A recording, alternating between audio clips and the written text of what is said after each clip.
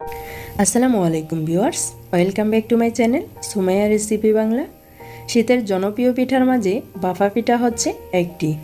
আজ আমি আপনাদেরকে মাত্র 1 মিনিটে একটি করে ভাপা পিঠা তৈরি করে দেখাবো। এই পিঠাগুলো দেখতে যতটা না লোভনীয়, খেতে কিন্তু তার চেয়েও ভীষণ মজা। চাইলে কোনো রকম ঝামেলা ছাড়া যে কেউ ঝটপট এই পিঠাগুলো তৈরি করে নিতে পারেন। তার ফাঁকে একটি কথা না বললেই নয়, ভিউয়ার্স, আমার রেসিপিগুলো যদি আপনাদের কাছে ভালো লেগে থাকে প্লিজ আমার চ্যানেলটি সাবস্ক্রাইব করতে কিন্তু ভুলবেন না। তাহলে চলুন কথা না বাড়িয়ে আজকের মূল রেসিপিটি শুরু করি। ভাপা পিঠা তৈরি করার জন্য প্রথমে আমি এখানে 2 কাপ পরিমাণ ভেজা চালের গুঁড়া নিয়েছি। চালটাকে আগে থেকে ভিজিয়ে গুঁড়া করা হয়েছে, সেজন্য এটা ভেজা চালের গুঁড়া। দিয়ে দিচ্ছি পরিমাণ মতো লবণ।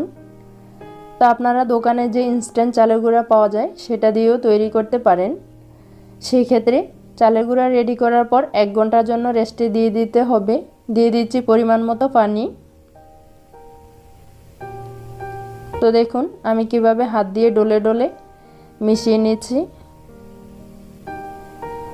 এক্ষেত্রে পানির পরিমাণটা যদি বেশি হয়ে যায় তাহলে আপনার পিঠা ভেতরে কাঁচা থেকে যাবে, অবশ্যই মাথায় রাখতে হবে।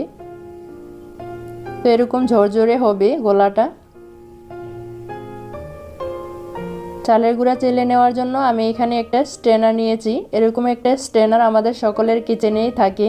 তো আপনার হাতের কাছে যদি না থাকে যে কোনো ঝাঁঝরি দিয়েও চেলে নিতে পারেন। তো আমি এখানে চালের গুঁড়াটা রেডি করে নিয়েছি। পিঠা তৈরি করার জন্য আমি এখানে ছোট গর্তযুক্ত একটি বাটি নিয়েছি। আর নিয়েছি 1 টুকরো কাপড়। এই কাপড়টাকে আমি আগে থেকে ভিজিয়ে নিংড়ে নিয়েছি। নিয়েছি কিশমিশ, ফ্রেশ নারিকেল কোড়া, আর আছে খেজুরের গুড়, সামান্য কিছু কাঠবাদাম কুচি।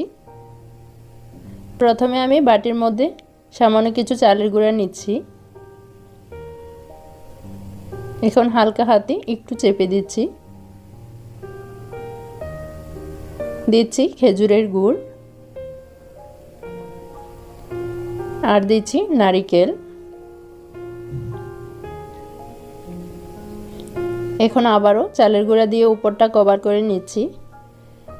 খুব বেশি চেপে চেপে দিতে যাবেন না, এতে করেই পিঠার ভেতরে কাঁচা থেকে যাবে।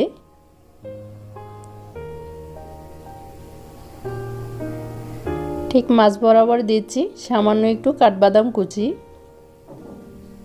এখন দিচ্ছি কিশমিশ।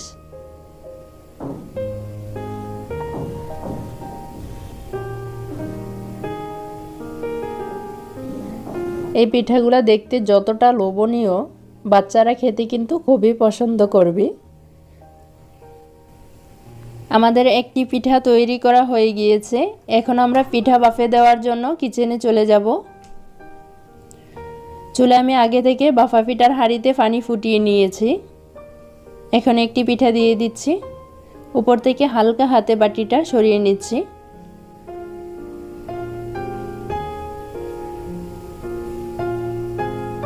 ঢাকনা দিয়ে ঢেকে দিচ্ছি আর অপেক্ষা করছি 1 মিনিট। আমি ঢাকনাটাকে সরিয়ে নিচ্ছি। এখানে আমাদের 1 মিনিট হয়ে গিয়েছে।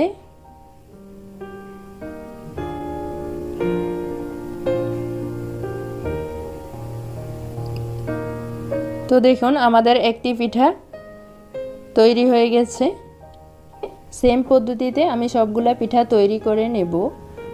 তো দেখুন অলরেডি আমাদের সবগুলা পিঠা তৈরি হয়ে গিয়েছে। এখন আপনাদের মাঝে একটি পিঠা ভেঙে শেয়ার করছি, ভেতর থেকে কতটা সুন্দর হয়েছে।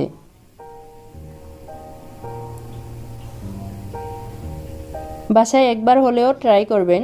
আপনার বাসার ছোট বেবি কিন্তু এই মিনি পিঠাগুলা খেতে খুবই পছন্দ করবে। আশা করছি প্রতিদিনের মতো আমার আজকের এই রেসিপিটিও আপনাদের কাছে ভালো লাগবে। রেসিপি ভালো লাগলে ফ্রেন্ডস এবং ফ্যামিলির সাথে শেয়ার করবেন। সেই সাথে আমাদের ফেসবুক পেজটিও ফলো করতে পারেন। সবাই অনেক ভালো থাকবেন, সুস্থ থাকবেন। আবারও দেখা হবে নতুন কোনো রেসিপির সঙ্গে। আল্লাহ হাফেজ।